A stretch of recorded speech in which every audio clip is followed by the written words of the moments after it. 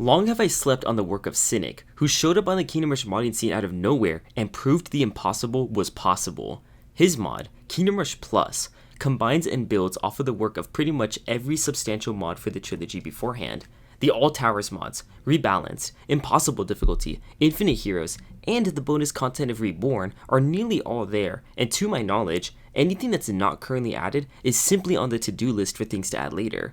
But that's just scratching the surface. This mod introduces so many new features as well. Custom progression where you can unlock passive stat buster heroes, endless mode for every single stage in the game, night mode, which I think deserves its own video, and more. Most recently, Cynic added a playable co-op mode to the game. Ironhide hasn't even released their PvP game in all regions yet, and we already have modders making multiplayer possible in the old games. In case you're not already convinced to try this out, let me explain exactly how it works. First, go to my server's modlinks channel to download the exe for the game like you would for the All Towers mod. In addition to this download, you also need to download an API and an exe called Remote Play Whatever.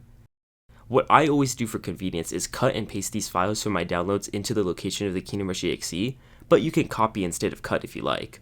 Then, make a folder for the API and the Remote Play Whatever, which I called Multiplayer, and then store both of these things inside. From there, you want to open Kingdom Rush.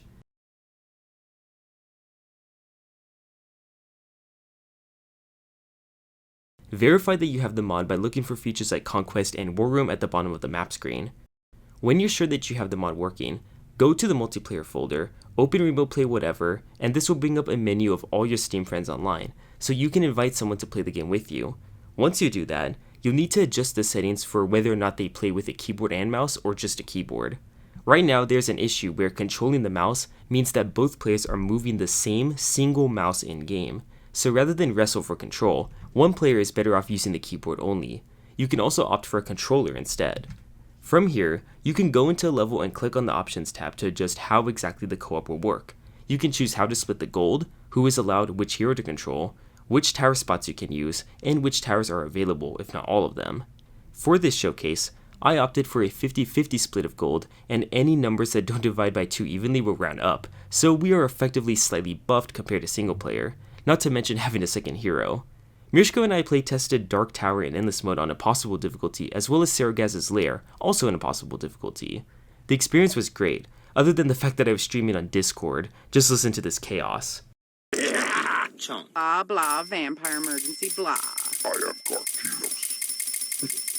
I hope you don't have those sounds in the recording. By the way, I think I added those to these. Start digging in your butt, twin. Because I realized Start we digging only in had your 2 at butt, the time. twin. Start And so I thought, let's digging in make it your more butt, interesting. twin. Start And digging then in your Smashed butt, it. twin. Then all I've Start done is digging in just your made it butt, useless twin. because it got Start digging in your closed off. butt, twin. Start digging in your butt, twin. Funniest Kingdom Rush fans.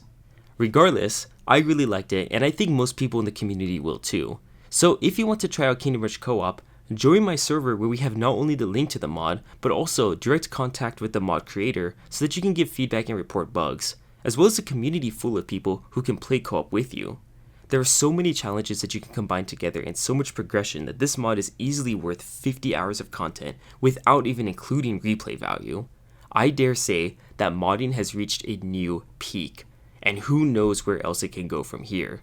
Well, actually, I do, because the Reborn team is cooking up some content of our own.